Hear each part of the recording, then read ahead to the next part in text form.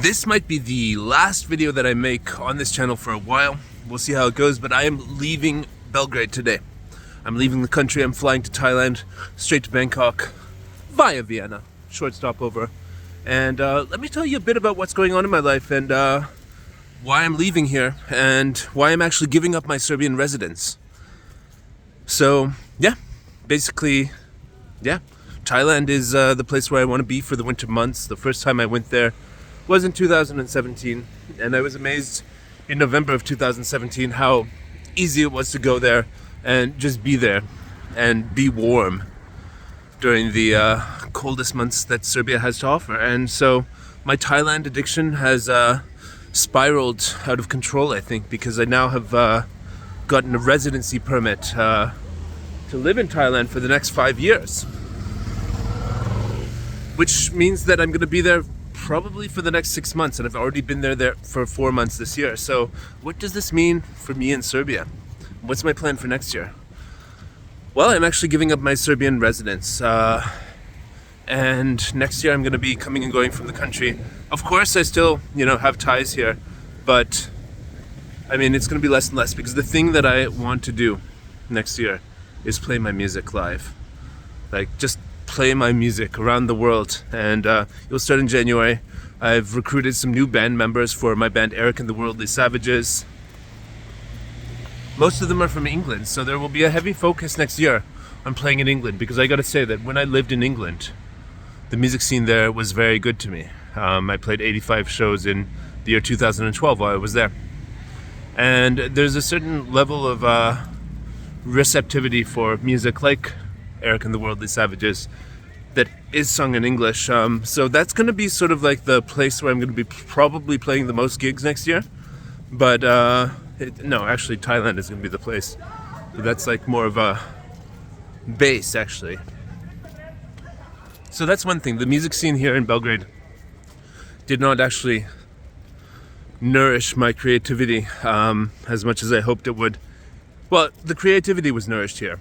All of the influence of the Balkan sound and all of that sort of stuff that you can hear is deep within my music and deep within my character as a person and personality. This place changed me.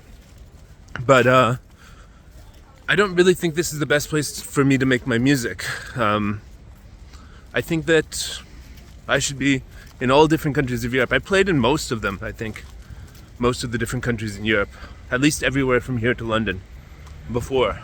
And as a musician, like, I'm turning 40 years old next year. So this is my big chance to sort of like, I don't know, be a musician and live the passion of my music. And I don't really feel I can do that here. One of the things that was keeping me here and grounding me here was because I had a producer, Casper Weinberg, who has now moved back to Amsterdam. He's from Amsterdam, had a family here. Their son is like 16 now, and they moved back to Amsterdam.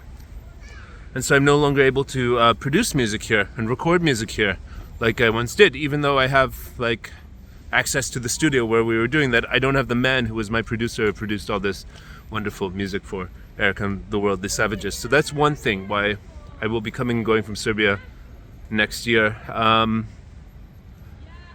What else? I'm still single. I thought in a country with so many beautiful women that I would not be single. Maybe I'm part of the problem or whatever, but I don't think that the scene of dating and relationships here is really for me. I've had amazing experiences with amazingly beautiful, smart, and fascinating women and stuff like that, but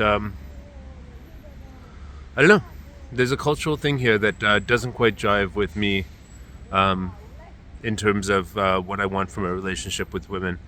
It's, there's lots of pain. I've got lots of pain inside myself, but Serbian people have, I guess, a different type of pain that hasn't really corresponded with me being in that many super happy relationships, because, I don't know, I'm a Western man, I suppose, but also Slavic, but, I find I get along better with women more from Slovakia, Ukraine sort of area than Serbian women. There's a cultural difference which you can say like it's maybe because of the Ottoman Empire and whatever, I don't know, history.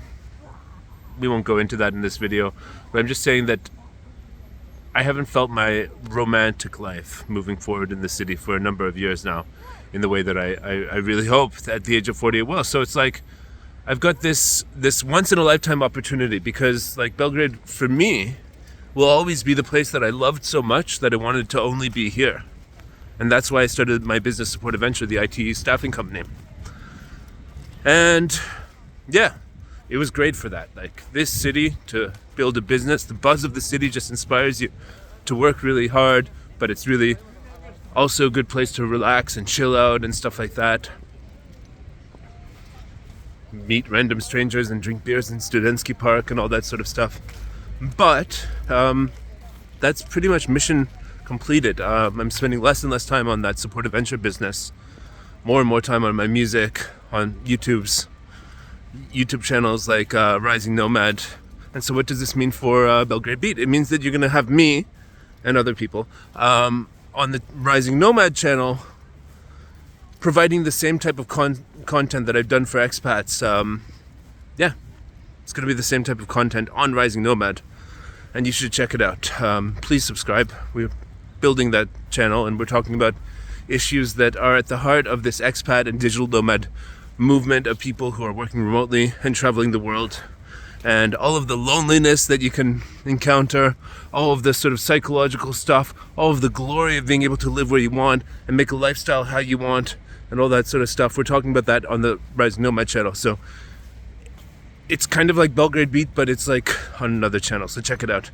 So those two areas are pretty much why I see myself spending less time in Belgrade next year.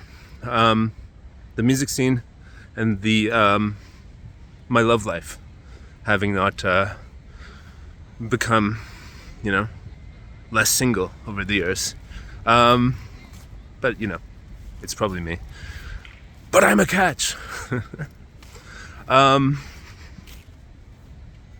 So moving forward, I'm keeping my apartment here, but I'm letting other people live in it, basically, while I'm away. Got some people coming from South Africa, for example. They want to find a safer place to start a family, and this ticks the boxes for them. Because it's not safe in South Africa. It's got like a murder rate higher than most war zones, and specifically the population of people from European descent that live there, which is about 10% of the population, feel like they're under threat. And with my company, we've hired lots of people around the world, in Asia, in Latin America, in Europe, who are from South Africa, and I'm encouraging them to come here and check it out. Because this is a great place, for security, for physical security. Unless you behave like an idiot, this is one of the best places I've ever lived. It's safer than Canada here, if you know how to behave, if you know how to conduct yourselves respectfully in the culture. Yeah, there's been some stories of some sort of beatings that occur, like American people who are really obnoxious and rude according to the local standards of behavior. Yeah, and they get beaten up. But I don't know. I always felt incredibly safe here, and that I was respected here as a person. This is the country that made me a man, essentially. I came here first time when I was 23 or 24 years old in 2006, and I became a man here. I learned how to conduct myself. I learned how to conduct myself with honor and respect for the local culture and the traditions of this place. And it's something that is largely missing from places like Canada, that attitude of respect and behaving with honor. There's a different sort of thing which is also very decent, but it's less, I don't know how to describe it, but it's less, it's not rooted in as traditional of values, basically. So yeah, I became a man here, and the traditional culture and the way of being a man here really taught me a lot. This is something that I had a strong upbringing from my family in the sort of Austrian tradition or Central European tradition, and living here really reinforced that. Whereas like living in Canada doesn't really teach you how to be a man. So I'll leave it there. You guys know what I'm talking about. A lot of the viewers report similar feelings when they come to this country and experience the tradition of respect, which is a really great thing. But I'm going for moving to an island in Thailand called Koh Phangan, which is like pretty hippie. It's a hippie island, and I like that too. My parents were hippies. They went to Afghanistan in 1976 on their honeymoon, and blah blah blah blah blah. My dad has stories of hitchhiking in the 70s in Yugoslavia. Once he got picked up by the finance minister, who had to going from like Niš towards Belgrade, and had the finance minister had to stop and meet 3 times with people, but they got to eat in the kafana while they were waiting for the next ride. And the end of the story is that they showed up in Belgrade, and the finance minister walked into a hotel and booked them a room that they didn't have to pay for. So Belgrade was just as friendly, if not even more friendly, in the 70s to backpackers like my dad. And even my grandfather has stories of he grew up as a German person in Slovakia, and it was like the dirty 30s or whatever, and he used to just walk all summer, doing some like trading. Like he would buy stuff in the city and walk up to the mountains, sell it to the people up in the mountains, and sort of like leverage whatever geo arbitrage there was in the region. And he used to walk in Yugoslavia. My grandfather did speak Serbian. I'm not sure how well, because he died in 2008 when I was just beginning my journey. No, 2009. And that was me just beginning my journey to learn the Serbian language, which I am happy to report was very successful.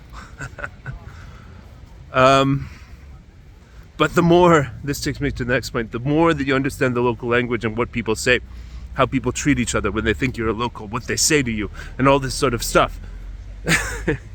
It's pretty off-putting, actually, because Serbs are very hospitable to foreigners, but there's no filter in Serbian. There's no filter.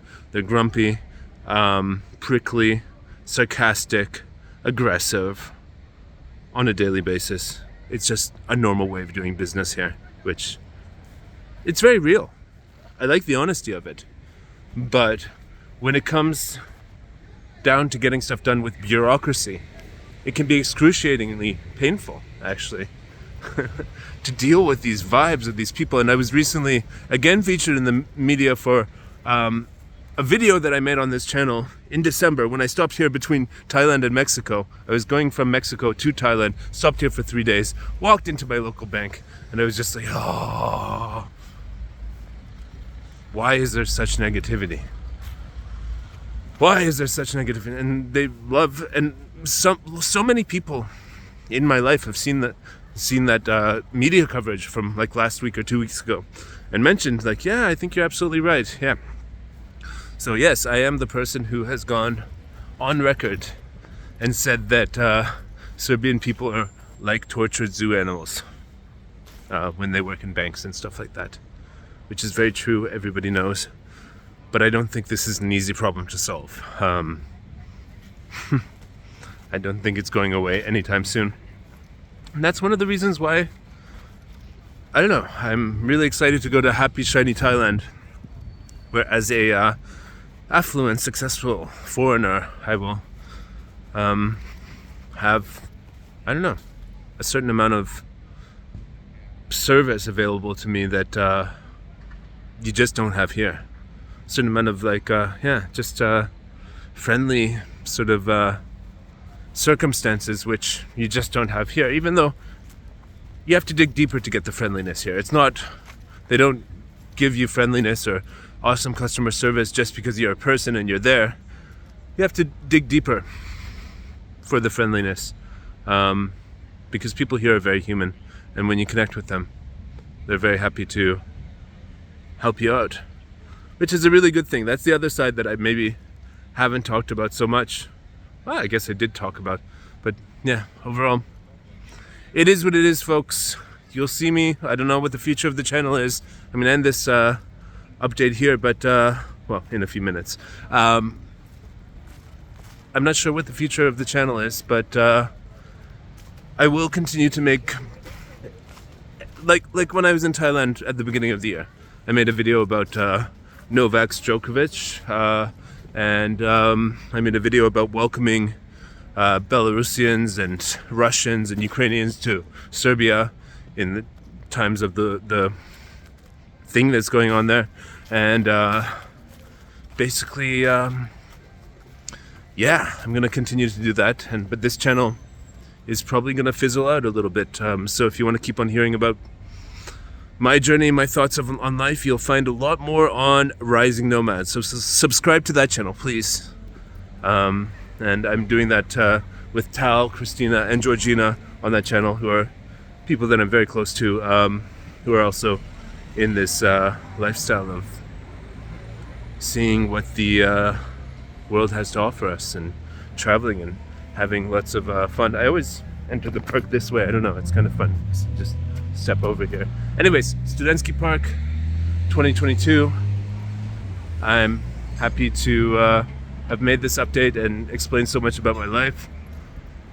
Of course, I'll be back maybe as early as December for a few days, because I'm going to my grandmother. She's 96 years old in December, so on my way to Canada to meet her. Vera Dragica is her name.